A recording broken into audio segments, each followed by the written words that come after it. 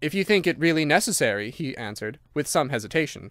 To continue my statement, however, I relocked the bureau, using the key which Brunton had left, and I had turned to go when I was surprised to find that the butler had returned and was standing before me.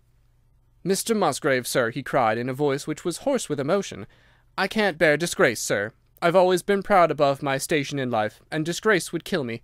My blood would be on your head, sir, it will indeed, if you drive me to despair. If you cannot keep me after what has passed, then for God's sake let me give you notice and leave in a month, as if of my own free will. I could stand that, Mr. Musgrave, but not to be cast out before all the folk that I know so well." "You don't deserve much consideration, Brunton," I answered. "Your conduct has been most infamous. However, as you have been a long time in the family, I have no wish to bring public disgrace upon you. A month, however, is too long. Take yourself away in a week, and give whatever reason you like for going." "Only a week, sir," he cried, in a despairing voice. "A fortnight, say at least a fortnight." "A week," I repeated, "and you may consider yourself to have been very leniently dealt with." He crept away, his face sunk upon his breast, like a broken man, while I put out the light and returned to my room. For 2 days after this, Brunton was most assiduous in his attention to his duties. I made no allusion to what had passed, and waited with some curiosity to see how he would cover his disgrace. On the third morning, however, he did not appear, as was his custom after breakfast to receive my instructions for the day. As I left the dining-room, I happened to meet Rachel Howells, the maid. I've told you that she had only recently recovered from an illness, and was looking so wretchedly pale and wan that I remonstrated with her for being at work. "You should be in bed," I said. "Come back to your duties when you are stronger." She looked at me with so strange an expression that I began to suspect that her brain was affected. "I am strong enough, Mr. Musgrave," said she. "We will see what the doctor says," I answered. "You must stop work now, and when you go downstairs just say that I wish to see Brunton." "The butler is gone," said she. "Gone? Gone where?" "He's gone. No one has seen him. He's not in his room. Oh, yes, he's gone, he's gone." She fell back against the wall with shriek after shriek of laughter, while I, horrified at this sudden hysterical attack, rushed to the bell to summon help. The girl was taken to her room, still screaming and sobbing, while I made inquiries about Brunton. There was no doubt about it that he had disappeared. His bed had not been slept in, he had been seen by no one since he had retired to his room the night before, and yet it was difficult to see how he could have left the house, as both windows and doors were found to be fastened in the morning. His clothes, his watch, and even his money were in his room, but the black suit which he usually wore was missing. His slippers, too, were gone, but his boots were left behind. Where, then, could Butler Brunton have gone in the night, and what could have become of him now? Of course, we searched the house from cellar to garret, but there was no trace of him. It is, as I have said, a labyrinth of an old house, especially the original wing, which is now practically uninhabited. But we ransacked every room and cellar without discovering the least sign of the missing man. It was incredible to me that he could have gone away leaving all his property behind him, and yet where could he be? I called in the local police, but without success. Rain had fallen on the night before, and we examined the lawn and the paths all around the house, but in vain. Matters were in this state when a new development quite drew our attention away from the original mystery. For 2 days, Rachel Howells had been so ill, sometimes delirious, sometimes hysterical, that a nurse had been employed to sit up with her at night. On the third night after Brunton's disappearance, the nurse, finding her patient sleeping nicely, had dropped into a nap in the armchair, when she woke in the early morning to find the bed empty, the window open, and no signs of the invalid. I was instantly aroused, and with the 2 footmen started off at once in search of the missing girl. It was not difficult to tell the direction which she had taken, for starting from under her window we could follow her footmarks easily across the lawn to the edge of the mere, where they vanished close to the gravel path which leads out of the grounds. The lake there is 8 feet deep, and you can imagine our feelings when we saw that the trail of the poor demented girl came to an end at the edge of it. Of course, we had the drags at once, and set to work to recover the remains, but no trace of the body could we find. On the other hand, we brought to the surface an object of a most unexpected kind. It was a linen bag, which contained within it a mass of old rusted and discoloured metal and several dull-coloured pieces of pebble or glass. This strange find was all that we could get from the mere, and although we made every possible search and inquiry yesterday, we know nothing of the fate either of Rachel Howells or of Richard Brunton. The county police are at their wits' end, and I've come up to you as a last resource." You can imagine, Watson, with what eagerness I listened to this extraordinary sequence of events, and endeavoured to piece them together, and to devise some common thread upon which they might all hang. The butler was gone. The maid was gone. The maid had loved the butler, but had afterwards had cause to hate him. She was of Welsh blood, fiery and passionate. She had been terribly excited immediately after his disappearance. She had flung into the lake a bag containing some curious contents. These were all factors which had to be taken into consideration, and yet none of them got quite to the heart of the matter. What was the starting point of this chain of events? There lay the end of this tangled line. "I must see that paper, Musgrave," said I, "which this butler of yours thought it worth his while to consult, even at the risk of the loss of his place." "It is rather an absurd business, this ritual of ours," he answered, "but it has at least the saving grace of antiquity to excuse it. I have a copy of the questions and answers here, if you care to run your eye over them." He handed me the very paper which I have here, Watson, and this is the strange catechism to which each Musgrave had to submit when he came to man's estate. I will read you the questions and answers as they stand. Whose was it? His who is gone. Who shall have it? He who will come. Where was the sun? Over the oak. Where was the shadow? Under the elm. How was it stepped? North by 10 and by 10, east by 5 and by 5, south by 2 and by 2, west by 1 and by 1, and so under. What shall we give for it? All that is ours. Why should we give it?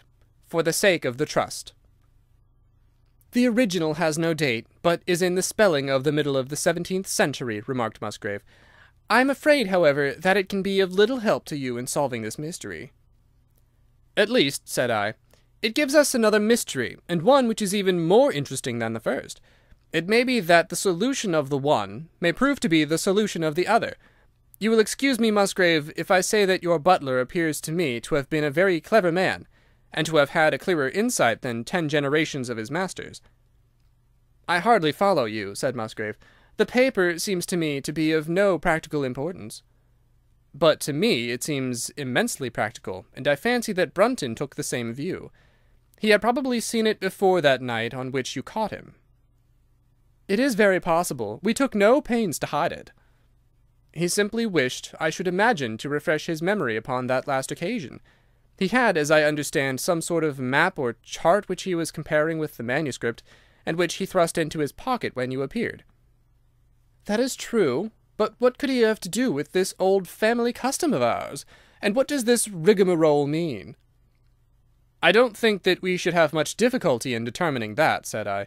With your permission, we will take the first train down to Sussex, and go a little more deeply into the matter upon the spot. The same afternoon saw us both at Hurlstone. Possibly you have seen pictures and read descriptions of the famous old building, so I will confine my account of it to saying that it is built in the shape of an L, the long arm being the more modern portion, and the shorter the ancient nucleus from which the other had developed. Over the low, heavily linteled door, in the centre of this old part, is chiselled the date 1607, but experts are agreed that the beams and stonework are really much older than this. The enormously thick walls and tiny windows of this part had in the last century driven the family into building the new wing, and the old one was used now as a storehouse and a cellar, when it was used at all. A splendid park with fine old timber surrounds the house, and the lake to which my client had referred lay close to the avenue, about 200 yards from the building. I was already firmly convinced, Watson, that there were not 3 separate mysteries here, but one only, and that if I could read the Musgrave ritual aright, I should hold in my hand the clue which would lead me to the truth concerning both the butler Brunton and the maid Howells. To that then I turned all my energies. Why should this servant be so anxious to master this old formula? Evidently because he saw something in it which had escaped all those generations of country squires, and from which he expected some personal advantage. What was it then, and how had it affected his fate? It was perfectly obvious to me, on reading the ritual, that the measurements must refer to some spot to which the rest of the document alluded, and that if we could find that spot, we should be in a fair way towards finding what the secret was which the old Musgraves had thought it necessary to embalm in so curious a fashion. There were 2 guides given us to start with, an oak and an elm. As to the oak, there could be no question at all. Right in front of the house, upon the left-hand side of the drive, there stood a patriarch among oaks, one of the most magnificent trees that I have ever seen. "That was there when your ritual was drawn up," said I, as we drove past it. "It was there at the Norman Conquest in all probability," he answered. "It has a girth of 23 feet. "Have you any old elms?" I asked.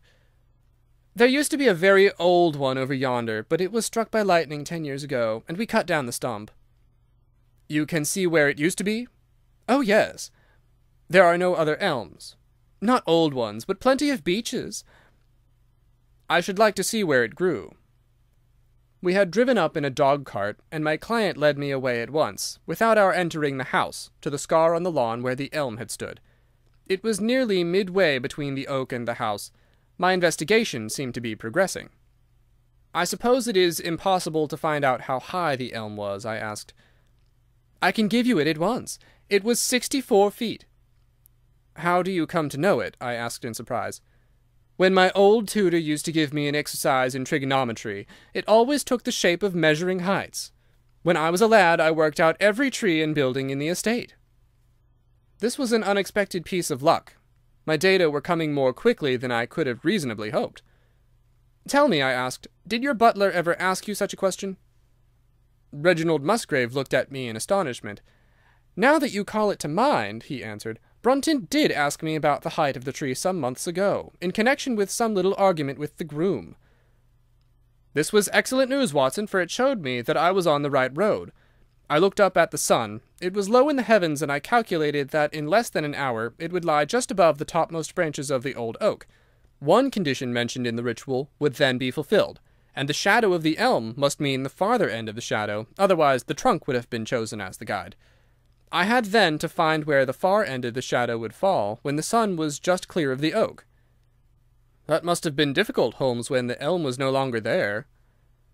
"Well, at least I knew that if Brunton could do it, I could also. Besides, there was no real difficulty. I went with Musgrave to his study and whittled myself this peg, to which I tied this long string with a knot at each yard. Then I took 2 lengths of a fishing rod, which came to just 6 feet, and I went back with my client to where the elm had been. The sun was just grazing the top of the oak.